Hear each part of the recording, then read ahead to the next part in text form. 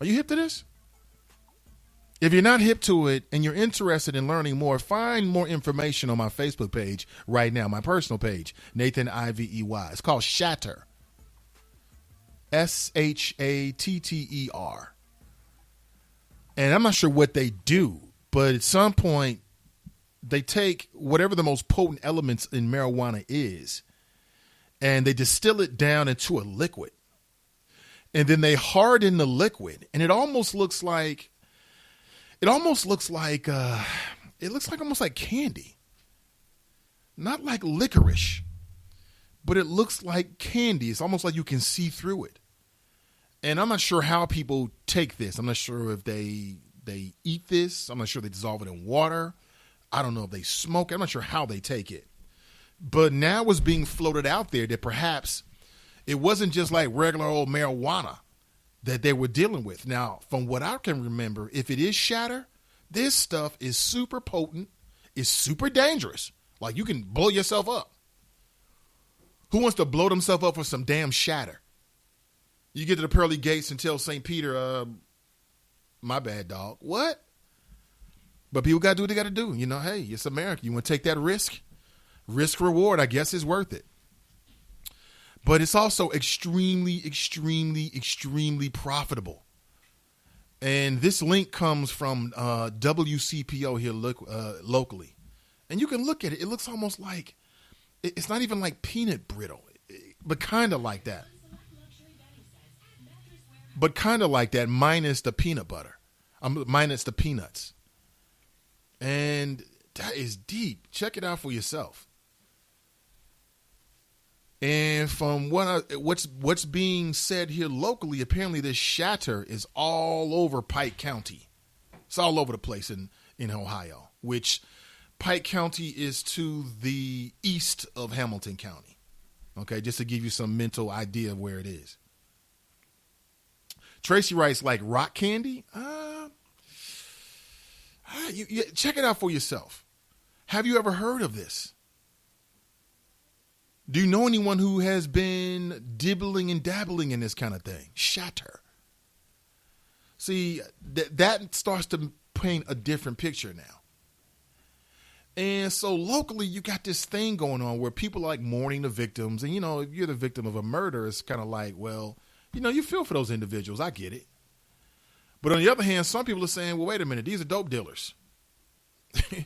And we don't mourn these other dope dealers when they get caught in the hood dealing with something. So, nah. What do you think about how the local mentality here in the city of Cincinnati is dealing with these Pike County murders?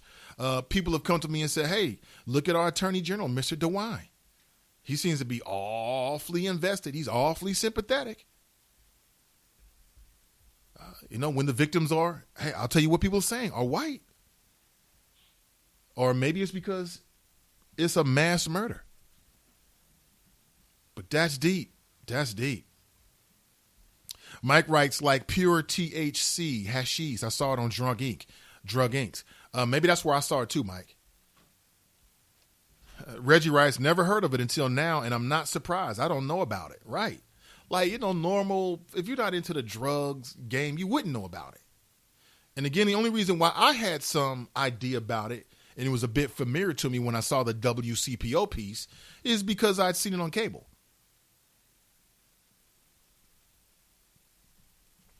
And it was a television show where they like go into the world of the drug dealers. And they're wearing masks and bandanas around their face to conceal their identity. And he actually showed you the process of it and talked about how dangerous it was. And then he was talking about just how incredibly profitable it was. I mean, this guy's making tens of thousands of dollars selling a substance that other people have some addiction to. So I started thinking, like, Graham, if marijuana becomes legal in Ohio, will then that now create more of a demand for the underground shatter market? Because there's always going to be an underground drug economy. You realize that, don't you? I don't care what you do. You can legalize everything. People are going to find some new designer drug to get into. It's just it's the nature of addiction. It's the nature of human beings. Shatter. And apparently it's like super, super, super potent. and you just break a piece off, and I guess you smoke it, and it's supposed to just produce like a super high. And I'm like, damn, why do people want to get that high? Like, regular marijuana is not good for you? How do you get hooked on something called shatter? Like shattering your brain? That doesn't sound fresh to me, folks. Kenny writes, first time me hearing about this new drug. Also, they are treating this drug dealing murder way differently than any others. Brent writes, the cartel don't take any prisoners, so there may have been some innocent family members killed. That's right. What do you think about Jeff Ruby? How you going to put your name into the hat, and then when you find out it might be a little hot, take your name out? That's not local hero type stuff. Negative. Akeem writes, shatter. Good stuff. True stoner capitalist here. Is that right, Akeem?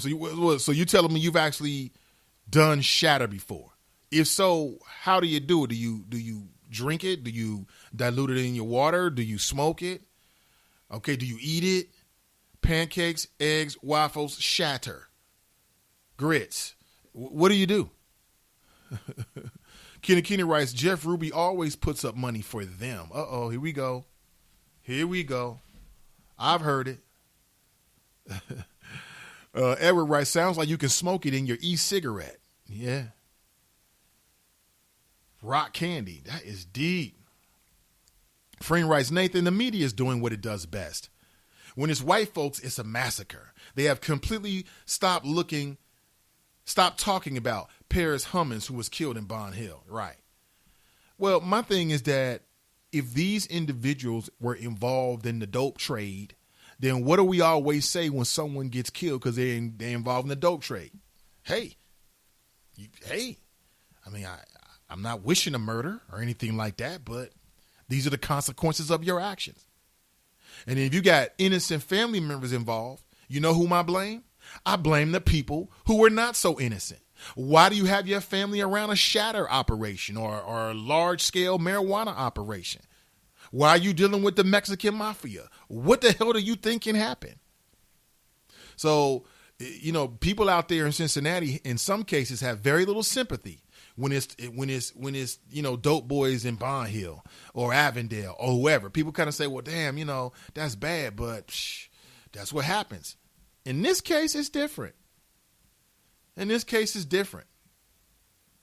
You know, local media is reporting about how they're putting the bodies to rest. And again, you know, condolences to the family and friends. It was a tragedy.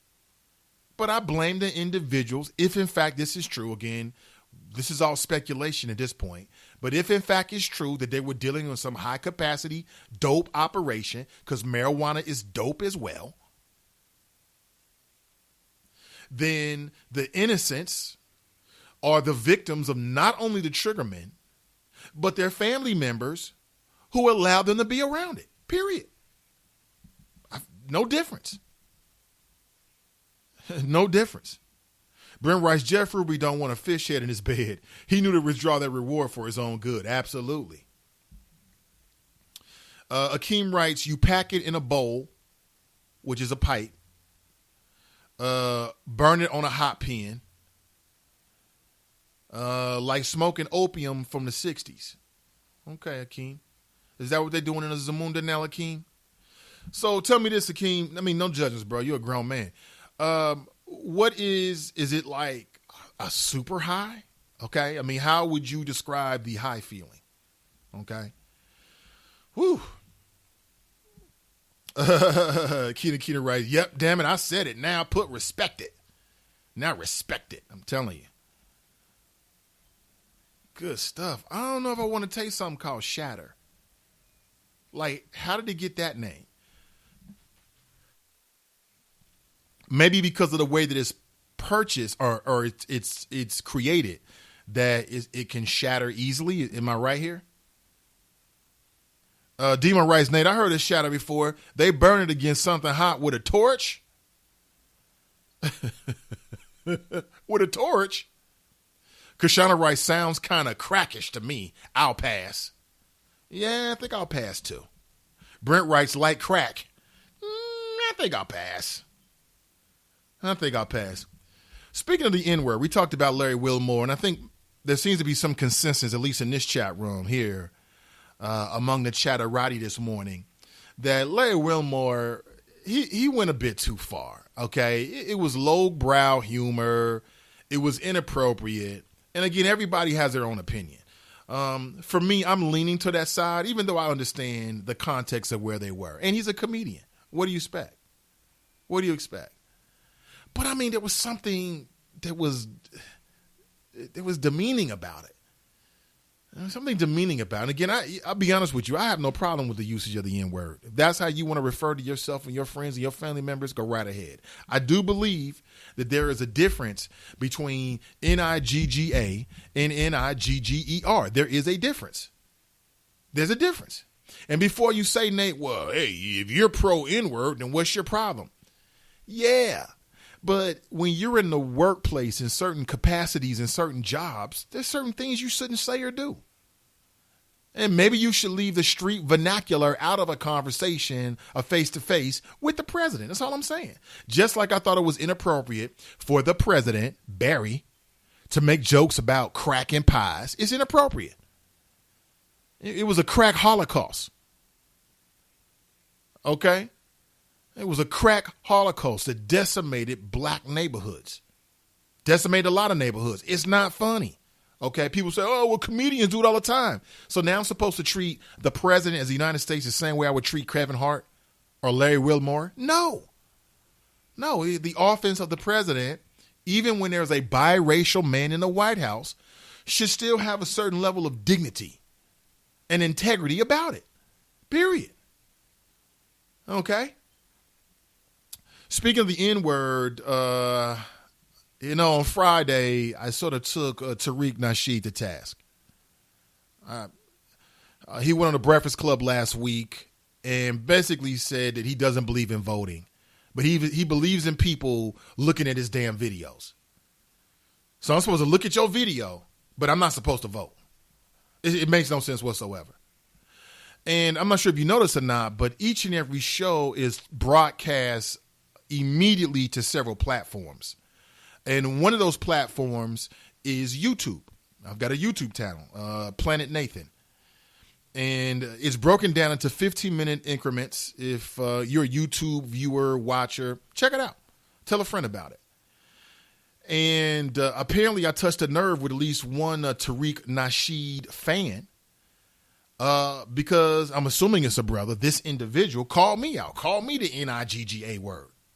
Left a comment on one of my videos, okay, saying, brother, either you are N-I-G-G-A or you are N-I-G-G-E-R. Like, he really got to me, right? He really got me there, right? And I'm thinking, no. And then that brother completely lied about what Tariq Nasheed said. I mean, we played that video. I played it for you, the clip of the audio anyway, 2 or 3 times, just to make sure you heard what I heard. And clearly in that conversation, Tariq Nasheed not only says he doesn't vote, but then he questions the whole idea of it because you got to have an economic base first, which is ridiculous. I'll say it again. You're not going to build an economic base in this country without on some levels integrating with the political system. Period. It's not going to happen. And anyone who says otherwise is either lying to you, ignorant, or they're just a smart dumb cat. And I'm like, damn, how can the creator of Hidden Colors, this wealth of information, be a smart dumb cat? What's the use of learning about your history if you're not going to put it in play politically? What's the use? What's the use? But I would invite you to check it out. Find me on YouTube, Planet Nathan, Planet Nathan, and check out the comments. I touched a nerve. Oh, I touched a nerve. I touched a nerve because I'm right. And that's why I touched a nerve. Akeem writes, the media will make you think it's like crack is nothing more than THC extract. No harm. Yeah, but don't they put some other ish in it too, Hakeem? I don't know.